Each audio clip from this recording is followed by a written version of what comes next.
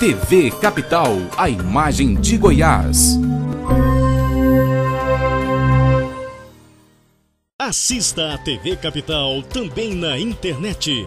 Acesse o site e confira toda a programação ao vivo. www.tvcapitalgoiania.com. TV Capital, a imagem de Goiás.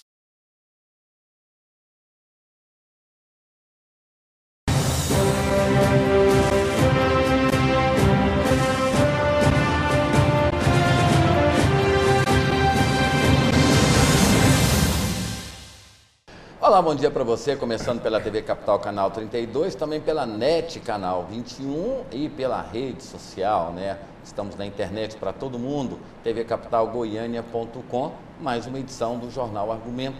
Hoje a gente recebe com muita alegria, né, com muito prazer, um dos melhores delegados que tem aqui no estado de Goiás, atuante, né, e que apresenta resultados. Vamos conversar com o Dr. Itamar Lourenço, ele que é adjunto da Delegacia de Furtos e Roubos a Veículos. Doutor Itamar, muito obrigado por atender ao convite. É a primeira vez que eu tenho o prazer de entrevistá-lo, já conversei várias vezes, tenho uma admiração muito grande e fico feliz por poder dividir com os telespectadores essa alegria de entrevistá-lo. Obrigado pela presença e um bom dia. Bom dia, André Marques, bom dia nosso amigo Urias Júnior, que também participará desse programa, a todos os telespectadores da TV Capital. Para mim é uma satisfação maior estar presente aqui junto com vocês nesse programa e dizer que a Polícia Civil como um todo, né, se sente feliz de estar participando aqui e levando notícias que são importantes para a nossa população. Ok. Participa também conosco dessa entrevista o jornalista Urias Júnior, sempre. Bom dia, amigo, bem-vindo mais uma vez. Bom dia, Itamar, bom dia a todos que estão nos assistindo agora. Doutor Itamar, vamos começar por uma notícia que foi publicada e foi dado muito ênfase sobre essa questão do aumento de furtos e roubos de veículos aqui na região de Goiânia. Eu já faço uma pergunta e já dou a minha versão. Nós temos muitos furtos, mas temos também um dos maiores índices de recuperação de veículos, né? Então, o senhor acha que não foi bem colocada essa questão na mídia? Sim, André, você foi muito feliz na colocação, porque muitas vezes a mídia ela explora o acontecimento que é ruim, mas deixa de trazer, vamos dizer, a resposta que as polícias de uma forma geral, tanto a Polícia Civil quanto a Polícia Militar, dão a esses problemas. Realmente, Goiânia, região metropolitana, o estado de Goiás, hoje assiste aí, às vezes, a um aumento no número de ocorrências, não só na área de furto e roubo de veículo, mas de outras modalidades de crimes, mas muitas vezes não se mostra o resultado do trabalho das polícias. E no tocante a furtos e roubos de veículos, hoje nós podemos dizer que o estado de Goiás, com as suas polícias, traz um resultado que está bastante além da média nacional. Hoje, a média nacional de recuperação de veículos, ela gira em torno de 65% a 68%, e Goiás nós estamos trabalhando hoje com 78% de recuperação de veículos furtados ou roubados. Essa questão, doutor, Eu quero dentro dessa questão. A questão da recuperação dos veículos. Como está se dando, que é importante também entender como é que é esse processo. Porque eu digo que a sociedade, através da polícia, claro, recupera esses veículos. Porque os bandidos estão abandonando esses veículos, nós recuperamos esses veículos no momento do desmanche, a maior parte deles, pelo menos. Em que aspecto que se dá a recuperação do veículo? Ou seja, porque também, aí eu estou colocando em xeque também o trabalho da própria polícia. Você está passando para o bandido aí a forma que a polícia opera. Estou dando advogado do diabo aqui. Porque pode ser que aconteça que o bandido usa esse carro, esse veículo, para um furto, um roubo, e depois abandona o veículo. Aí se encontra o veículo. Ou é fruto da própria investigação? Urias, esse índice que nós estamos apresentando, ele se baseia numa quantidade bastante acentuada no trabalho de investigação da Polícia Civil, no trabalho da Polícia Militar, onde hoje nós temos uma parceria bastante proativa. E acontecem situações também em que os marginais, eles se apoderam desse veículo com o único objetivo de se aproveitar de algum objeto de valor, de retirar algum equipamento ali que possa propiciar atingir o seu objetivo, que acho que no decorrer da entrevista nós vamos atacar, mas após ele conseguir o seu objetivo, vamos dizer, primário, ele abandona esse veículo. Então existem todas as modalidades de recuperação, mas podemos enfatizar que o trabalho de investigação da Polícia Civil, através da Delegacia Estadual de Repressão a Furtos e Roubos, como de todas as delegacias, porque hoje foi, vamos dizer assim, descentralizado parte da atuação da delegacia, nós podemos também trazer um esclarecimento com relação a isso, e o trabalho efetivo da Polícia Militar também tem contribuído para esse bom índice de recuperação de veículos. Agora, essa questão, o senhor tocou num tema extremamente importante, parcerias e investigação. Nós tivemos um caso emblemático aí, que é o caso dessa publicitária Poliana. Sim. Ela passou por todos esses processos, ou seja, num primeiro momento era um simples furto de um veículo que acabou num caso de uma violência sexual e até também da morte da publicitária. Então, ou seja, o bandido, o senhor disse que em alguns momentos se apodera para cometer pequenos delitos e acaba indo para grandes delitos. E a gente sabe que a estrutura operacional do Estado, tanto Polícia Civil, Polícia Militar, ainda não está atendendo a demanda, já que Goiânia cresce e é um processo natural disso. Esse caso Poliana é um caso emblemático ou acontece o furto de carro está diretamente ligado a outros crimes também? Sim, hoje é do conhecimento geral que o veículo automotor, ele se tornou um objeto, vamos dizer assim, de desejo dos marginais, porque viu-se nele uma moeda de troca muito valiosa e de fácil manipulação. E essa modalidade de crime hoje, ela está intrinsecamente ligada a outros crimes, como o tráfico de drogas, vamos dizer, a manipulação do veículo para ser levado para outros estados, para outros países, onde ele é objeto de troca por essas substâncias entorpecentes, que depois são trazidas para o nosso estado e para outros estados, como também a adulteração do veículo para ser comercializado. O cidadão ainda padece do mal de acreditar nas pessoas e muitos adquirem o veículo adulterado, o veículo clonado, acreditando que trata-se de um veículo normal. Então, essa também é uma modalidade que hoje está bastante disseminada no meio da marginalidade, e o cidadão ele precisa ser alertado. Ao adquirir um veículo, ele tem aí várias formas de buscar uma verificação de originalidade, de idoneidade daquele bem. Ele pode procurar o Detran, o Serviço de Vistoria, ele pode procurar a própria Delegacia de Furtos e Roubos, que a gente faz uma verificação para evitar que ele caia num golpe dessa modalidade. Então, agora, hoje, são vários os crimes que estão interligados ao furto e roubo de veículo. Uma questão importante que a senhora abordou é que a pessoa ela tem que fazer um procedimento prévio para que ela não seja vítima. Mas, e quando ela é vítima consciente? Ou seja, quando ela compra um carro sabendo que esse carro ele já não tem ali um histórico bom, não se preocupa com isso, o preço é barato, aí compra, aí depois essa pessoa vira vítima. Ela pode ser colocada também como um infrator? Você comprar um carro ilegal, por exemplo, é crime? Claro, e nesta forma aí a pessoa não pode ser tratada como vítima, porque ela está compactuando com o crime. Ela está recebendo um bem que ela sabe que a origem é ilícita e ela está se beneficiando porque paga um valor aquém do valor de mercado. Então ela é tratada também como criminosa e é enquadrada no crime de receptação, que muitas vezes essa pessoa, o receptador é o grande fomentador do crime. Porque se não existe a pessoa para quem eu vou repassar o objeto do crime, vamos dizer, perde-se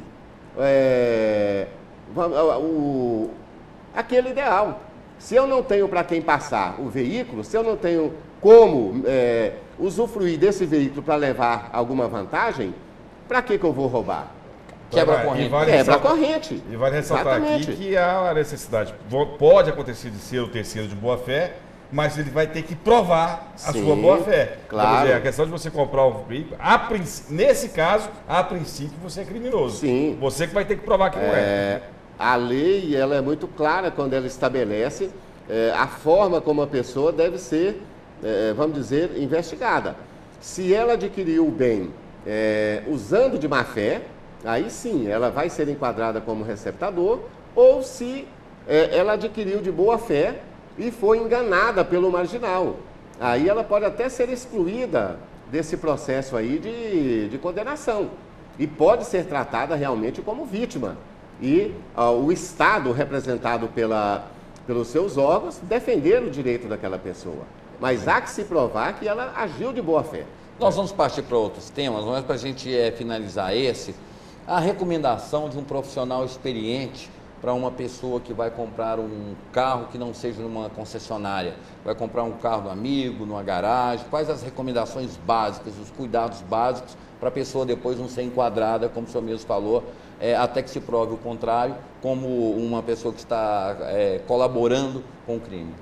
Bem, um procedimento até simples que a pessoa pode adotar e que vai dar a ela no futuro uma garantia. Se ela está adquirindo bem, o normal é que ela, antes de efetuar o pagamento, já vá até o Detran juntamente com o vendedor e faça uma vistoria que é exigida para a transferência do veículo, a transferência de propriedade. Porque se ela faz a vistoria junto ao Detran e o Detran atesta a legalidade daquele veículo, se porventura lá na frente acontecer algum problema, ela tem até a quem recorrer, o órgão de trânsito, que é o representante do Estado e que lhe deu garantia da idoneidade do bem. Uhum. Agora, vamos para outros assuntos, que nós temos muitos assuntos para tratar e o tempo é pouco. Há algum tempo atrás, Golf era objeto de desejo. Então, quem tinha Golf passou a vender a preço de banana porque era um carro muito visado. Agora foi publicada uma lista aí onde caminhonetes, alguns carros estão no topo. O que determina a preferência pelo furto de algum veículo? O ser humano, ele dita a sua vida pelo modismo, né? E com o veículo não é diferente.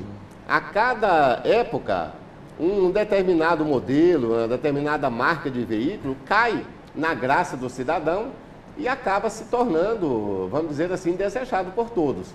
Como já aconteceu no passado com a Brasília, né? Quem tinha uma Brasília, como se diz? Se fosse amarelo, então. Exatamente, vivia aterrorizado, porque qualquer esquina que ele parava, ele era objeto de furto. Aí queria vender, ninguém queria comprar. Exatamente. Né? Depois passou-se para o Golf, como você disse. Sim.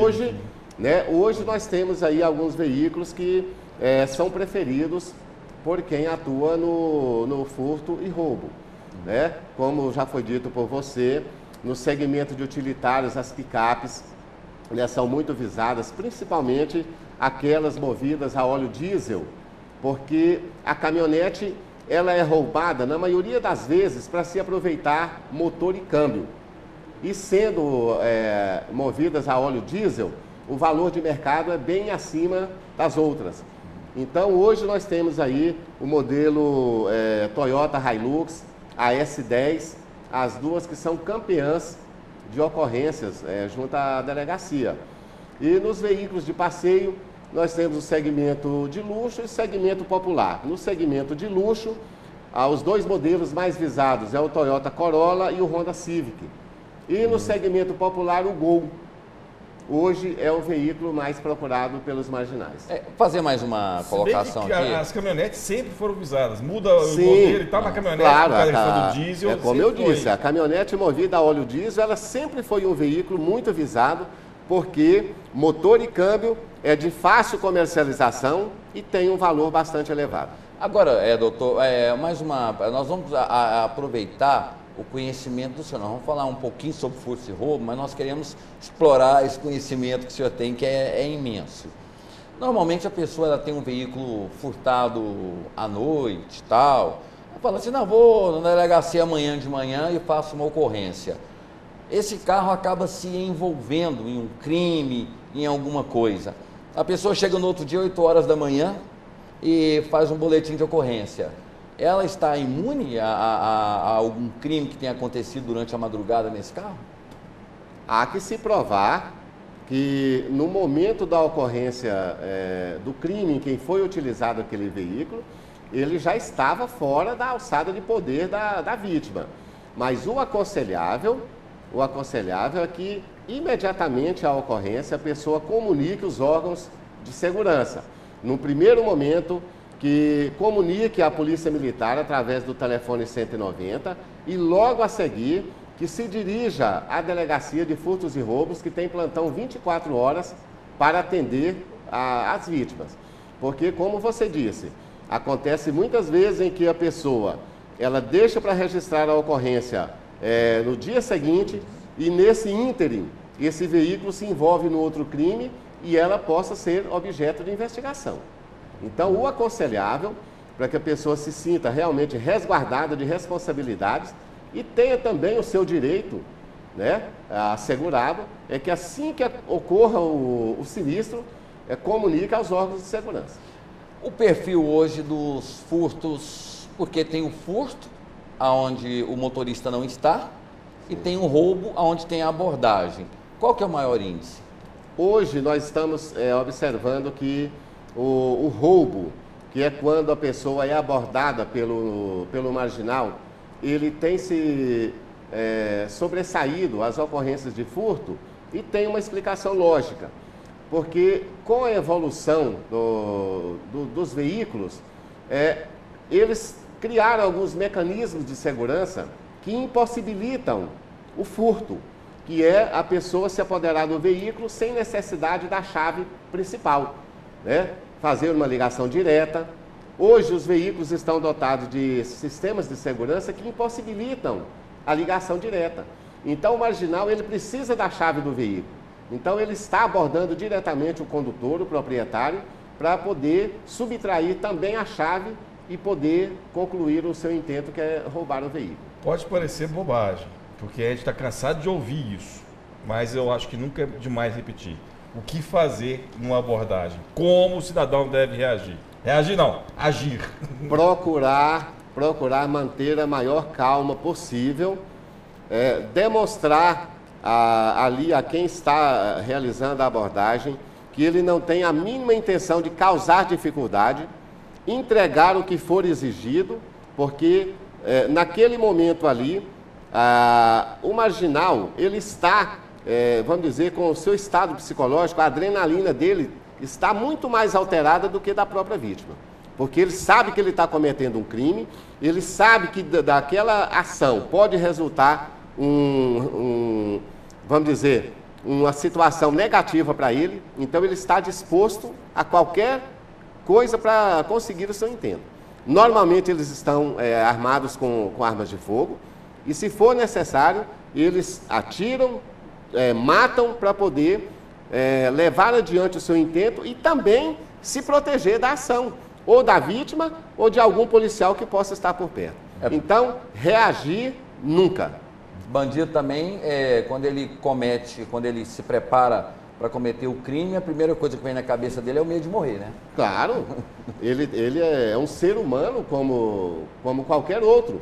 Então ele sabe que ele está também correndo um risco. Ele pode sofrer a reação da vítima, pode acontecer de ter uma viatura policial por perto e interferir naquela situação e ele levar a pior. Então ele sabe do risco que está correndo e está preparado, ele já vai psicologicamente preparado para fazer o que for necessário para conseguir o seu intento e também proteger a sua vida. Como é que o senhor viu essa questão lá da Bolívia, onde o presidente ele deu isenção para todo mundo lá, que levasse, apresentasse o carro, pagasse um valor simbólico lá, todos os carros seriam regularizados e reconhecidos? Um crime que eu acho que deveria ser considerado um crime contra a humanidade, porque a partir do momento que ele regulariza, ele está incentivando a todos os moradores daquele país a cometer crimes. Ele está dizendo, não, aqui nesse país o criminoso vai ser anistiado, né? O que ele conseguir trazer de outro país, ele vai poder legalizar aqui. Então eu acho que deveria ser levado aí vamos dizer, ao conhecimento dos organismos internacionais. Um crime absurdo que ele cometeu e comete contra todas as outras nações. A gente observa, doutor Itamar, é evidente, porque o Estado ele tem que seguir as leis, o bandido não. Então, cresceu muito essa questão do tal do FINAM. O cara compra o carro, paga 2 ou 3 prestações e ali acaba não pagando mais, entra com uma ação na justiça, tal, acaba criando tal. Esse mecanismo do crime ter mais facilidade de ser praticado do que a polícia de punir, talvez seja isso o reflexo do aumento da criminalidade, furtos, roubos, homicídios, essas coisas assim? E dentro dessa questão do FINAM, qualquer uma das modalidades, porque tem a modalidade e as submodalidades de FINAMs, né? Qual o crime? Como enquadrar quem usa um carro? Na verdade, é muito difícil a polícia conseguir materializar um crime nessa ação, porque o que acontece é justamente isso. O cidadão, com as facilidades que hoje existem nas instituições de crédito, qualquer pessoa chega numa concessionária, chega numa garagem, não precisa ter um centavo no bolso. Se ela tiver um nome limpo, chega ali, compra um carro, não dá nem um centavo de entrada e sai no carro. Onde originou essas modalidades aí de, vamos dizer, entre aspas, de estelionato, porque é um estelionato. A pessoa que vai, adquire o bem, já com a intenção de não pagar, ela está cometendo um estelionato. Mas, juridicamente, é difícil de enquadrar nesse sistema, porque muitas vezes a justiça entende que há ali somente o descumprimento de uma relação negocial, né? Mas, na verdade, a pessoa já foi com a predisposição de dar o calote. Então, eu particularmente entendo que quando você adquire um bem já com a disposição de não pagar, você está cometendo crime. Mas isso é difícil juridicamente de materializar. Acho que seria necessário os nossos parlamentares, que são os responsáveis pela criação das leis, que eles se atentassem para essa situação e entendessem que muitas vezes essa modalidade de, vamos dizer, de esperteza que a pessoa pratica, ela também contribui para determinados crimes. Porque o veículo que é adquirido, que não é pago, ele vira um FINAM, ele acaba sendo, vamos dizer, girando ali no submundo do crime e alimenta outros, como o tráfico de drogas, né? O furto, porque o veículo ele é utilizado para deslocamento pelos marginais. Então ele acaba sendo utilizado como uma arma para a prática de outros crimes. Então, quando vamos dizer, você facilita a locomoção do marginal, você está também contribuindo para a prática de outros crimes. Porque hoje, você anda na periferia, em qualquer ponto da cidade, você observa, e quem conhece o submundo do crime, que qualquer marginal, vamos dizer, de pequeno potencial, ele está andando no carrão. Por quê? A facilidade que as empresas dão hoje para a pessoa adquirir um bem.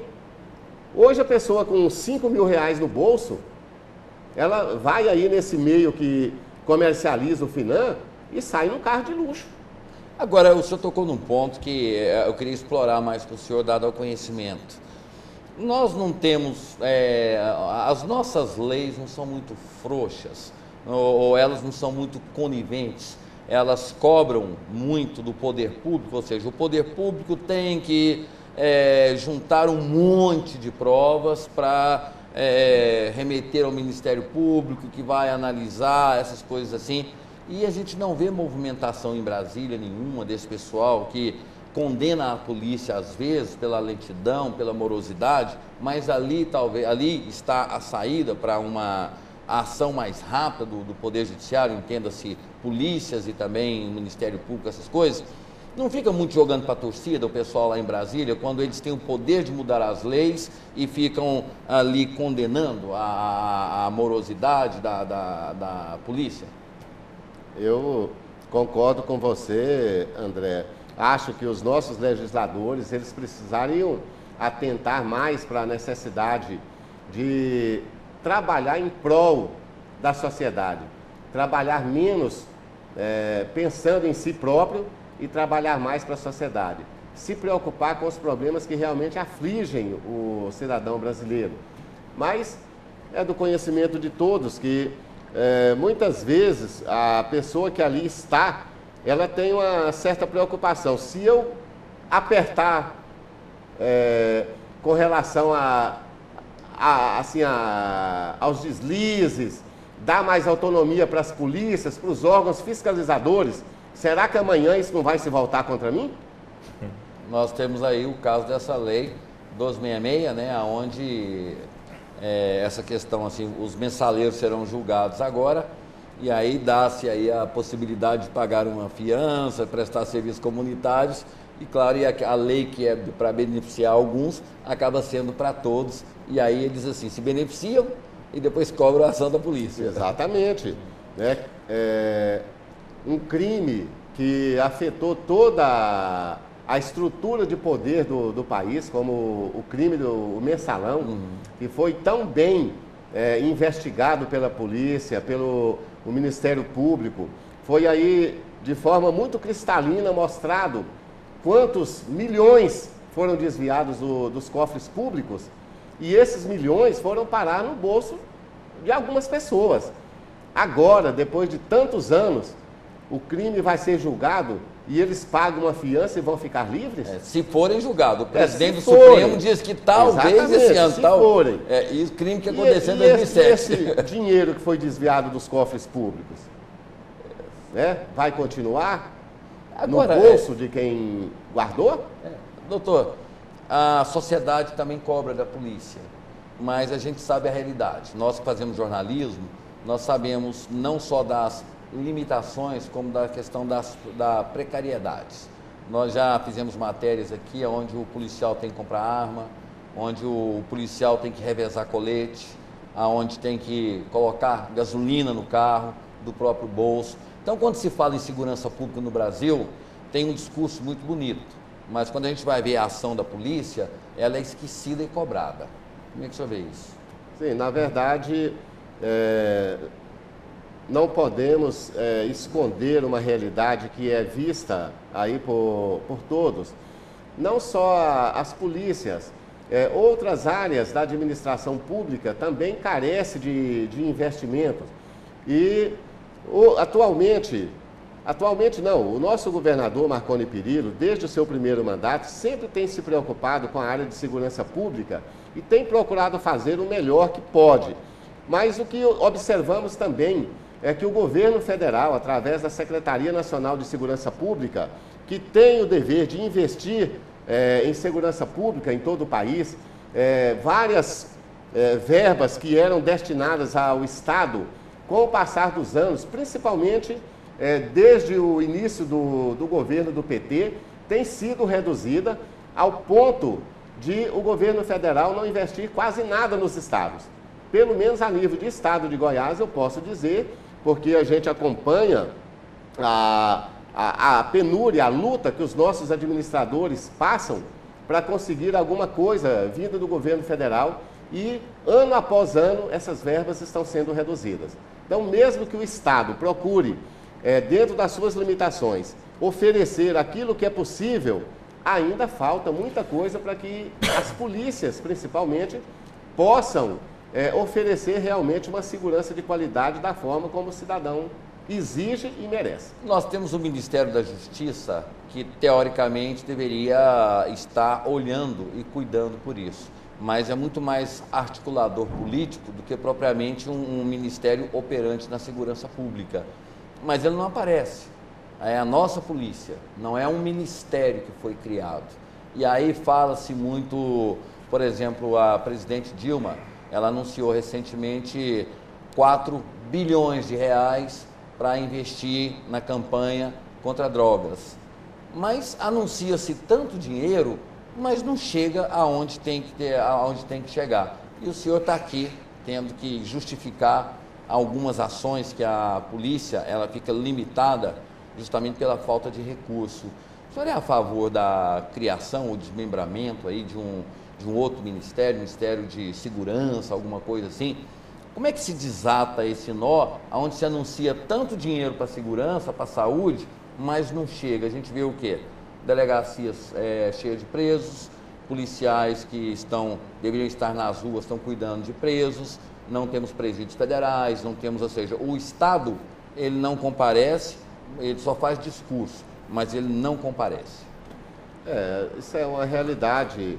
A gente observa sempre quando surge uma crise institucional, né? O governo ele aparece aí com uma medida, anuncia uma medida como sendo a salvação da pátria, mas efetivamente a coisa não caminha da forma como deve ser. E essa questão da droga, como você mencionou, hoje nós que trabalhamos na área de segurança pública e toda a população também tem conhecimento, porque isso é muito divulgado pela mídia, a droga ela está caminhando para ser a desgraça do século. Né? Acredito que se não houver um envolvimento efetivo, né, de todos os órgãos do Estado no combate ao uso, principalmente ao uso, porque o tráfico cabe às polícias combater e procurar diminuir na melhor forma possível. Agora, o usuário, que é o fomentador do tráfico, esse aí está desamparado. Agora, o governo do estado de Goiás inicia um trabalho aí de recepção desse usuário para tratamento, o que é cobrado por toda a sociedade. Os órgãos de segurança pública sempre cobram, porque nós sabemos que se não tratar o viciado, fica difícil da gente dar conta de combater o tráfico lá na frente. Porque enquanto tiver a pessoa adquirindo a substância entorpecente, ela vai estar circulando no mercado. E o que nós vemos até hoje é que não existe uma política séria para tratamento desse usuário. Muitas vezes nós assistimos aí na mídia de pais de família, mães que estão desesperados à procura de uma ajuda, que tem um filho, tem uma filha dependente, quer se tratar, mas não encontra um local que o receba e que lhe ofereça essa condição para se livrar desse vício. O senhor trocou num assunto importante e um dos motivadores também de muitos furtos e roubos são cometidos quando a pessoa ela está sob o uso da droga, do entorpecente. Mas o que a gente pensa e o que a gente observa são alguns aspectos. Por exemplo, vou tentar colocar aqui para o senhor. Quando uma pessoa ela é presa aí sob o uso da droga, fala assim, não, eu quero tratamento. Quando a pessoa vai para o tratamento, ela fala assim, não, meu problema não é saúde. Finalmente, na opinião do senhor, a droga, ela é saúde pública ou segurança pública? Eu acho que é um problema social. E sendo um problema social, todos os órgãos que representam o Estado devem, dentro da sua competência, atuar para combater. Eu acho que é um problema de segurança pública, como também é de saúde pública. Então, eu acho que o Estado como um todo deve se envolver aí na busca de uma solução para esse problema. É a polícia procurando coibir e o Estado oferecendo condições para aquela pessoa que quer se tratar. Aí sim, em ações conjuntas, acho que nós podemos chegar a um resultado positivo. Outro ponto, superlotações de cadeia. Não é um problema só de Goiás, não. É um problema do Brasil inteiro.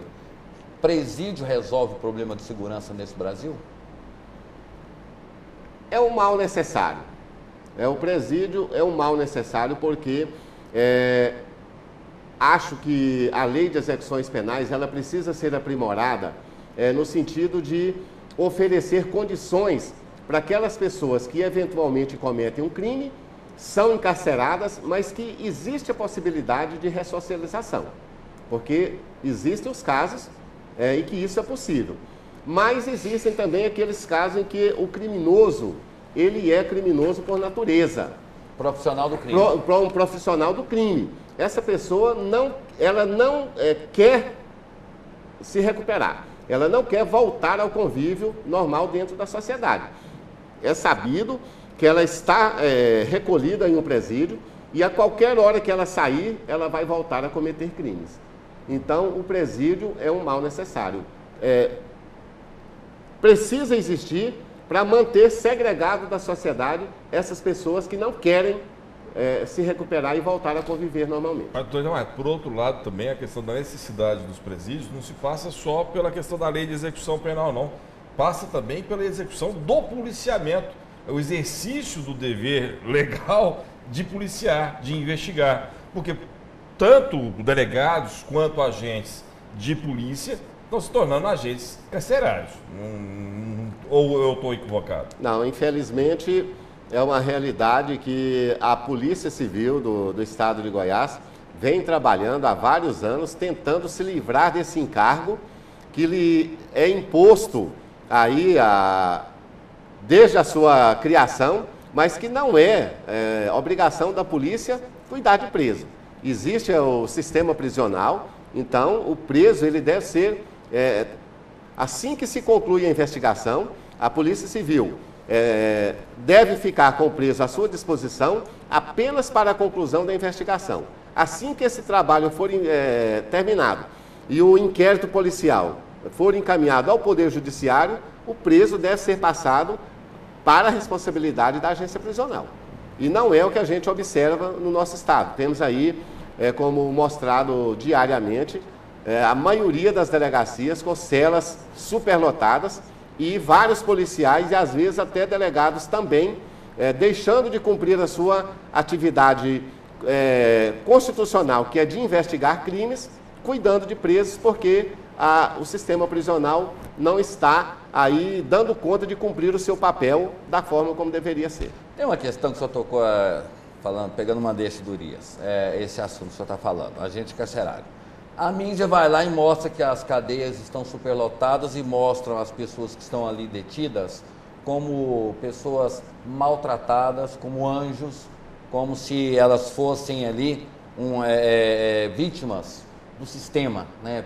Várias pessoas dentro da cela, aí a comida não é boa, a água não é gelada, não tem banho de sol, e a sociedade ela fica clamando por um tratamento melhor, e aí vem os direitos humanos, condena a forma como a polícia trata aquele cidadão que está dentro da cela. E poucas vezes a polícia ela tem a possibilidade de vir à televisão e dizer essa questão de direitos humanos no Brasil. Direito do infrator existe, da vítima a gente não vê falar. Dia e noite a gente está vendo Comissão de Direitos Humanos visitando as cadeias superlotadas, mas ninguém vai a Brasília buscar recursos para presídio, para esse negócio. Só fica ali fazendo show dentro das delegacias, utilizando superlotadas e cobrando rapidez da polícia. Como é que o senhor vê direitos humanos? André, o Estado ele é responsável por oferecer segurança e garantir a integridade física de qualquer pessoa. Então, o preso, não é porque ele cometeu um crime que ele deixa de ser cidadão. Então, a partir do momento que ele está sob a responsabilidade do Estado, ali representado pela polícia, ou que seja pela força da agência prisional, ele deve ter garantido a sua integridade física, como outros direitos que são garantidos pela Constituição Federal. Agora, aquelas pessoas que estão a reclamar porque a comida não é do seu gosto, ou outros confortos que ele porventura não tenha durante o seu recolhimento, acho que deve parar, pensar que se ele, ao sair, ele for trabalhar honestamente, ele pode adquirir aqueles benefícios que ele está a reclamar. Ou não, né? Ou não, Exatamente. mesmo trabalhando não pode ser. Às vezes, mesmo trabalhando, mesmo não o trabalhador consegue, não consegue. mas existe o caminho. É. Agora, eu, como um representante do Estado, eu respeito o trabalho de quem atua na área de defesa dos direitos humanos. Acho que toda pessoa ela tem que ter preservados ali os seus direitos fundamentais. Agora, às vezes a gente critica a forma como determinados representantes, determinados segmentos aí de defesa dos direitos humanos atuam muito quando se está buscando preservar direitos de pessoas que são sob a responsabilidade do Estado, mas muitas vezes o próprio agente do Estado, ele é vitimado por uma circunstância qualquer, durante o exercício do seu trabalho ou outra situação qualquer, e a família passa a ter dificuldade para sobreviver, e muitas vezes esses representantes do Estado não vão à procura dessas famílias para oferecer algum apoio. Então eu acho que o tratamento deveria ser igualitário, né? Já que todo cidadão ele tem o direito, né? Ele deve ser, vamos dizer, ali protegido pelos agentes do Estado, então que esse tratamento ele seja igual para todo mundo. Só para fazer uma alusão muito rápida, nós fizemos uma matéria há alguns anos atrás, nós pegamos um marmitex que é servido nos presídios e fomos ver junto com boia fria. Boia fria tinha farinha, ovo e arroz. Lá na marmita do presidiário tinha macarrão, feijão, carne, que não tinha dentro ali da marmita do cidadão trabalhador. Agora, só essas coisas. Nós tivemos uma cobrança muito grande da mãe da Poliana por um desfecho, por uma resposta para a vítima. Cobra-se o direito da vítima, porque o direito, a gente entende, como o senhor falou, direitos humanos, ele tanto faz o infrator como a vítima. Mas a gente vê muito mais atuando em defesa do infrator do que em tentar levar para a vítima alguma forma de alento, tratamento, por exemplo, em conforto, e principalmente pessoas que são cometidas, por exemplo, estupro, abuso sexual, essas coisas assim, não tem um acompanhamento. O parlamento não trabalha essa questão da vítima, mas cobra da polícia um tratamento humano para o infrator. Bem, você colocou no início aí da sua fala, André, a questão da qualidade da alimentação que é servida. Se a gente observar qualquer pessoa que tenha um certo conhecimento sabe que a grande maioria do trabalhador brasileiro que luta honestamente buscando a sua sobrevivência e a sobrevivência da família, não tem a alimentação que o preso recebe por conta do Estado. Então, é uma injustiça muito grande, porque aquele que cometeu o crime, aquele que matou, ele está lá recebendo do Estado um tratamento que não é dado ao trabalhador honesto. A grande maioria que trabalha de sol a sol e não tem acesso a determinados confortos que o preso tem. Porque lá nós sabemos que ele tem, além de uma alimentação que vamos dizer, uma alimentação que é controlada por um profissional, ele tem direito a uma sobremesa, ele tem direito à hora de lazer, ele tem direito a um médico a qualquer hora que ele passar mal, coisa que o trabalhador que está aqui fora tem que ir para as filas e penar aí horas e horas, dias e dias para conseguir uma consulta. Lá não, o preso precisou, ele tem um profissional de saúde para atender. Então é uma disparidade de tratamento que às vezes dói no coração da gente observar que existe, né? Com relação ao caso da Poliana que você tocou aí, existem determinados crimes que às vezes pela forma como ele é praticado, pelas pessoas que estão envolvidas, traz uma dificuldade maior para a polícia chegar a um desfecho favorável, como foi o caso da Poliana.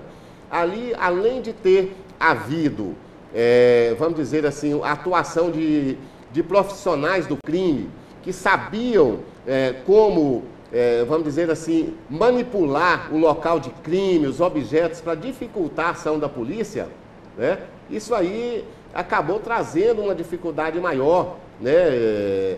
Houve aí o envolvimento de mais de uma delegacia, mais de uma equipe de delegados e policiais, mas o importante é que mesmo tendo transcorrido aí algum tempo, a família tendo passado por essa agonia de esperar, mas o resultado, a resposta foi dada a contento, onde todos os marginais que se envolveram no crime, aqueles que já não haviam morrido, porque é uma realidade no mundo do crime, quem está ali, o tempo de vida é curto, mas aqueles que ainda estão vivos, eles foram identificados e colocados à disposição da justiça para que paguem pelos seus crimes.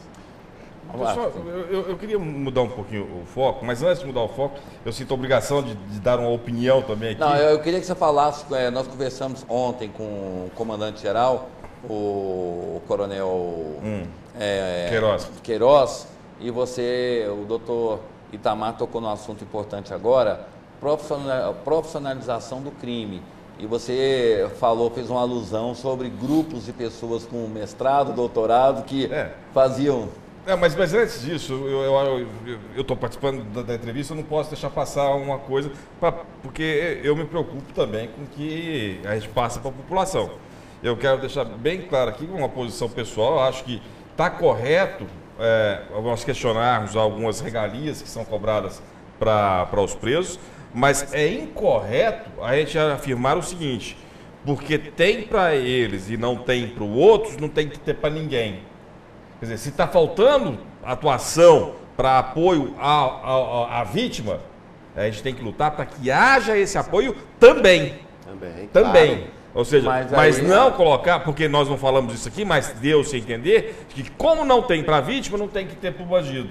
Isso é um sentimento, é um sentimento que passa assim. Não, mas aí o doutor Itamar falou uma coisa importante. O doutor Itamar falou uma coisa importante. O doutor Itamar falou. A pessoa, ela entra no mundo do crime. Eu estou discordando dele, não, de você, André. Então deixa eu me defender aqui, doutor. Deixa eu me defender, usando uma colocação do senhor, porque o encantamento do consumo leva a pessoa para o crime. Claro. E o cidadão do bem, ele se contenta em comer um arroz com feijão com dignidade, e a pessoa, ela não se preocupa em manter caráter, certas coisas, ela troca tudo isso pelo simples fato do consumo, do consumismo.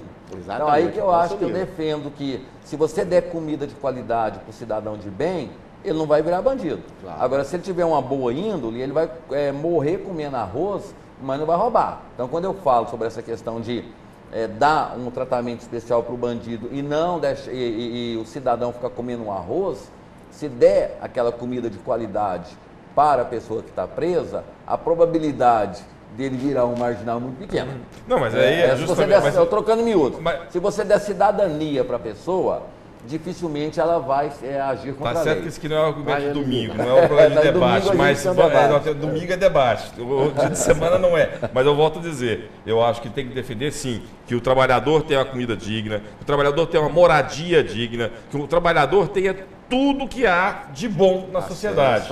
Mas não é porque o preso tem e o trabalhador não tem, que o preso também não tem que ter. Não, claro, nós temos que lutar para que o trabalhador tenha sim suas regalias. E não são regalias, são justiça. Claro, nós não estamos defendendo aí, né, que o preso ele seja tratado como se diz, como um animal. Não. Ele tem os seus direitos, que são garantidos pela Constituição. Tem que ser uma coisa... Né? O que a gente está fazendo um paralelo, né, entre certos benefícios que ele tem e que são legais, né, e que o trabalhador comum não tem por falta de iniciativa, às vezes, governamental. Sim, e eu acho que a gente tem que lutar e somos responsáveis na imprensa, para melhorar a condição de vida, as centrais sindicais, para melhorar a vida do trabalhador. Exatamente. Mas com todo o nosso assunto de segurança aqui, deixa eu só me dar um gancho aqui agora que eu preciso explorar. A questão social, ela tem influenciado muito no aumento da criminalidade? Acaba tendo, porque se a gente observar a maioria das pessoas que estão no mundo do crime, ela começa, às vezes, na adolescência, e aí vai se aperfeiçoando. Começa com pequenos crimes na adolescência e vai se aperfeiçoando. E se observarmos as entrevistas que esses marginais dão, muitos, eles falam claramente que não, que roubar ou cometer outro crime qualquer oferece a ele a condição de ter uma vida que ele considera, no pensamento dele, ele considera uma vida digna. O que é a vida digna para ele? É ter acesso a uma calça, vamos dizer, de marca, a um tênis bonito, a um celular, ter um carro, ter condição de arrumar uma namorada e bancar, né, os prazeres da vida, que eles falam muito claramente. Não, enquanto a gente tem dinheiro, nós estamos rodeados de mulheres bonitas, porque ele vê a comunicação hoje, ela é muito forte, muito rápida. Então, de criança, ele já começa a observar, né, nos filmes, nas novelas, né, aquelas coisas boas que a vida pode oferecer. E quando ele olha em volta, ele percebe que ele só vai ter condição de participar desses prazeres da vida se ele buscar o mundo do crime.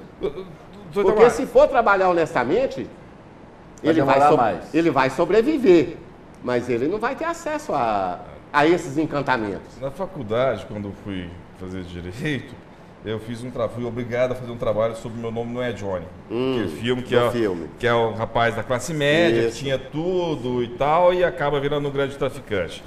Eu, particularmente, no meu trabalho, acabei com a história. Falei, não é Johnny o quê? Ele não é inocente. O Celton Mello. É um rapaz que não é um inocente, que tinha que parar numa clínica de recuperação, ele tinha que parar na cadeia mesmo.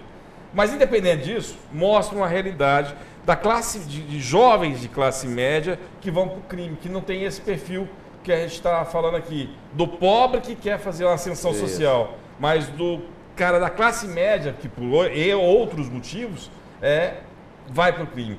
Hoje nós temos essa realidade em Goiás, existe o puxador de carro, né? Tem gente de classe média que já mexeu com isso. Nós temos um grande número de pessoas de classe média que estão indo para o crime.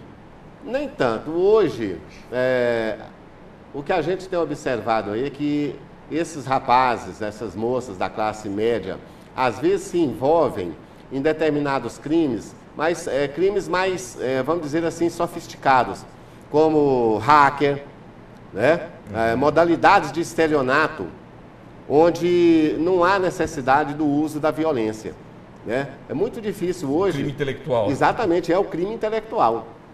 E esse jovem aí da classe média, da classe alta, que às vezes se envolve, aí vai mais, já acho que pela falta de ocupação, às vezes até pelo estresse de às vezes ter muita coisa ali oferecido pela família e ficar sem um objetivo, às vezes pela curtição. Agora, doutor, eu só entro nesse tema. Nós debatemos muito aqui essa questão de segurança e tal, mas pouco ou nada falamos sobre punição e o tempo está acabando, a gente tem que falar sobre isso. A gente entende que uma pessoa presa, ela vai ser punida, mas 2 dias, 3 dias depois, 4 dias depois, 5 dias depois, ela está na rua. A solução para o problema do furto, do roubo, do negócio, porque não adianta a polícia fazer um inquérito bem feito, remeter ao Ministério Público, o Judiciário condenar, se nós temos leis tão frouxas. A punição nesse país, fala-se muito, mas a gente não vê punição nesse país. Exatamente.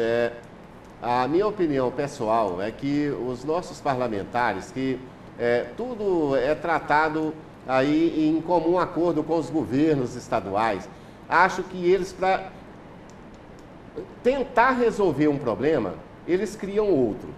Como existe o problema da superlotação de presídios, e isso é uma realidade do país inteiro, os parlamentares, com o passar do tempo, eles vêm afrouxando as leis de forma a banalizar as penas.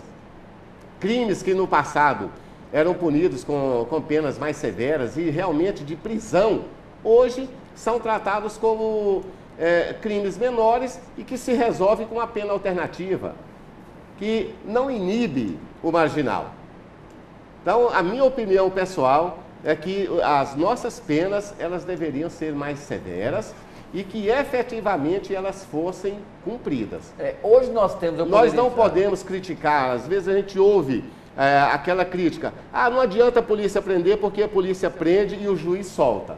Não é o juiz que solta, são as nossas leis que ditam a atuação, tanto da polícia, quanto do Ministério Público, quanto dos magistrados. São benefícios que a lei estabelece e que a pessoa, se preenche os pré-requisitos, a autoridade que está a julgar o caso tem que aplicar.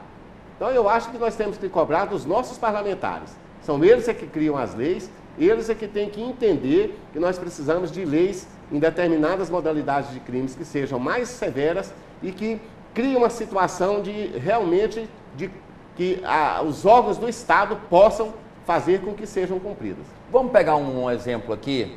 Nós tivemos a Operação Sexto Mandamento, estamos tendo agora essa Operação Monte Carlo.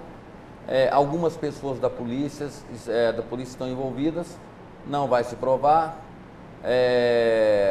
Até agora, no Sexto Mandamento, não provou nada. Mas hoje a gente pode dizer que a maior pena que pode se imputar à pessoa é uma pena moral, ou seja, aquele cidadão de bem ser preso, conduzido até uma delegacia e ali ele tem a honra dele afetada. Essa é uma pena maior, porque o que a gente vê é o seguinte, bandidos dando entrevistas para a gente, rindo, como nós fizemos uma matéria dias desses, de um rapaz que esquartejou o outro, colocou dentro de uma mala, tacou fogo e riu. Então, hoje a punição maior no Brasil é a punição moral, de valores, já que a gente não tem uma punição efetiva? O senhor já por exemplo... É claro que vamos dizer, essa exposição pública da pessoa, ela traz prejuízos que às vezes jamais poderão ser reparados. E a lei, ela é muito clara. Até lá na delegacia, quando nós estamos autuando uma pessoa por determinado crime, que vamos mostrar esse trabalho para a imprensa, é dado ao preso o direito de mostrar, de se mostrar ou não. E de falar também. E de falar também ou não. E muitas vezes nós vemos aí em determinadas situações em que as pessoas, por serem acusadas de participação em determinados crimes, e quando eu digo serem acusadas, não quer dizer que cometeu, porque só lá no final do processo é que o juiz vai dizer se a pessoa cometeu o crime ou não, mas elas são, vamos dizer, massacradas publicamente, através da imprensa, através dos órgãos de mídia. E, como eu disse anteriormente, muitas vezes lá na frente não se prova nada e a pessoa já pagou pelo crime que ela não cometeu. Eu falo sobre essa questão moral porque eu me lembro, acabou o tempo, mas eu tenho que falar isso. Quando houve aquele esquema de vendas de resultados de jogos no Brasil, aí um dos juízes, ele foi questionado pela imprensa, o árbitro, foi questionado pela imprensa, falou assim: você vai para a delegacia, vai para o presídio, ele falou assim: é minha segunda casa. Então, assim, quando a pessoa perde o caráter... Claro, aí ela não está se preocupando com mais nada. E esse é o grande problema do Brasil, né? As pessoas cada dia se convencem mais de que a punição é muito mais moral, né? Dado a falta de leis mais rígidas. Exatamente. Tá.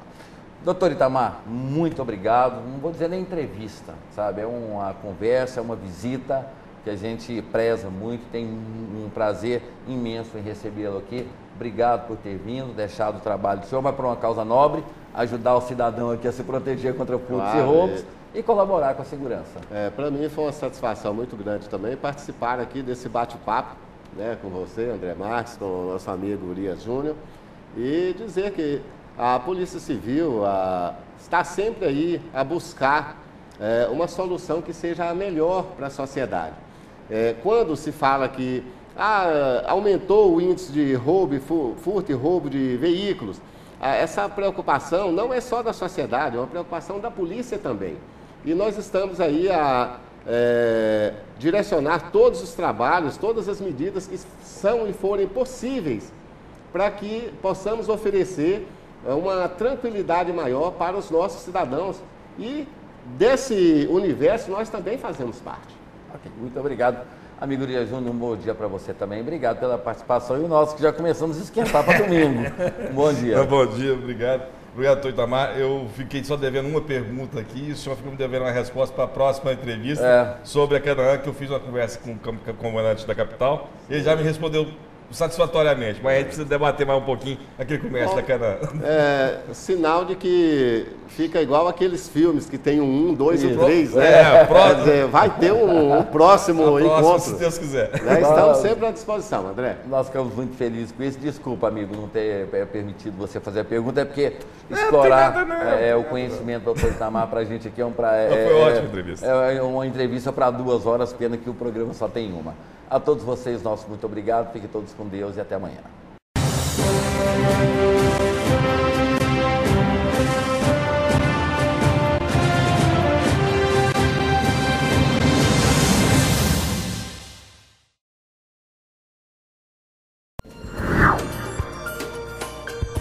TV Capital, a imagem de Goiás.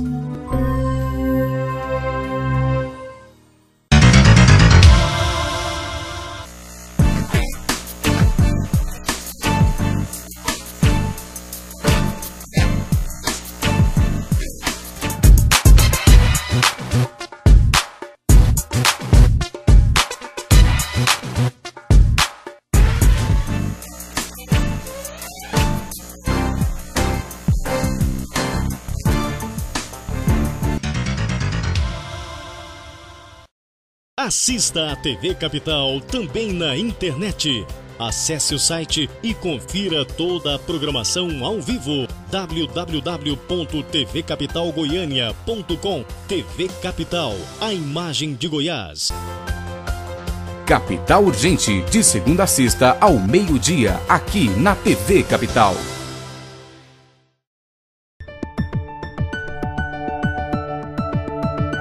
Nos momentos mais importantes da sua vida, a Samed sempre esteve ao seu lado. São 37 anos cuidando do que há de mais valioso, a saúde da sua família. Hoje a Samed coloca toda a sua estrutura e tradição em favor da vida. Com o Plano Multisaúde, a Samed atende a todas as especialidades médicas, em convênio com os melhores hospitais. Samed, a vida toda com você. Momento eletrônico direto da Infatec Informática com Humberto Brasil. Infatec Informática em Campinas. 3233-1750. Vem comigo aqui, tem de tudo para você. Só para carros. Várias marcas e modelos diferentes com ó para cá. Tem também para você alto-falantes. Aí, Humberto Brasil, Infatec Informática. Tem de tudo para você. Vem comigo, mostra aí Infatec Informática. Olha só o que tem novidade para você, motoqueiro. Retrovisor com som. Você vai andar com a sua moto ouvindo um som aqui da Infatec Informática. Liga agora, 3233-1750. É Infatec Informática e ponto final.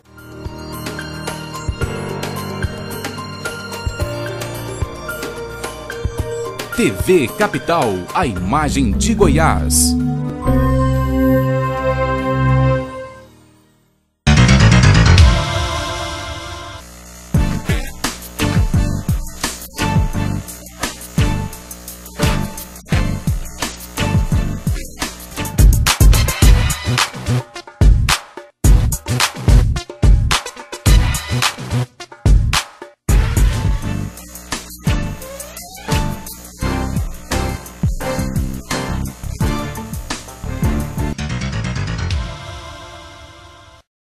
Programa Tempo Cultural. Educação e cultura na sua TV. Oferecimento: Profissional Câmeras. Quem é profissional passa aqui.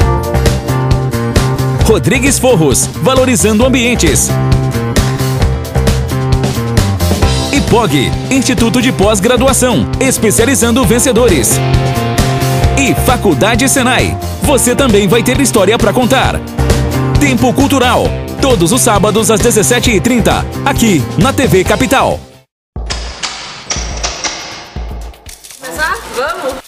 Jean Darroch é mais, sempre mais. Traz moda, muito estilo, tendências, inova e surpreende.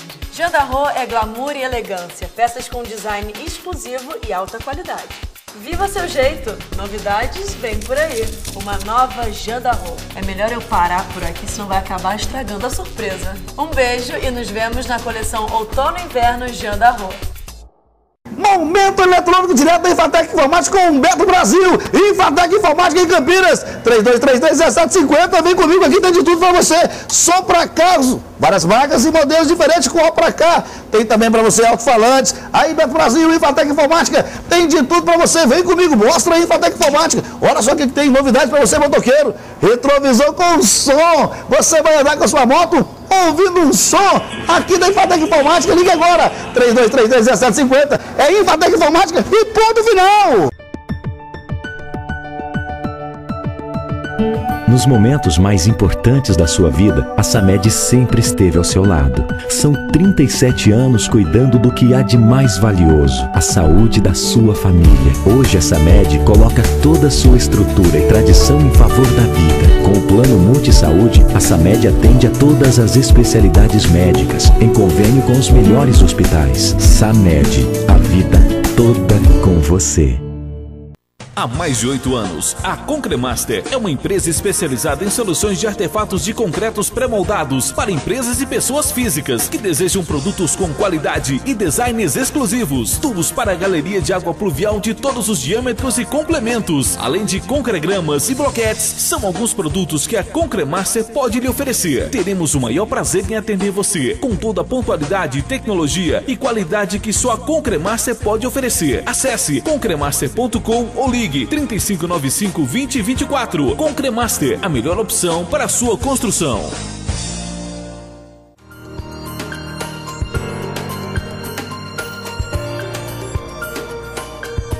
TV Capital, a imagem de Goiás.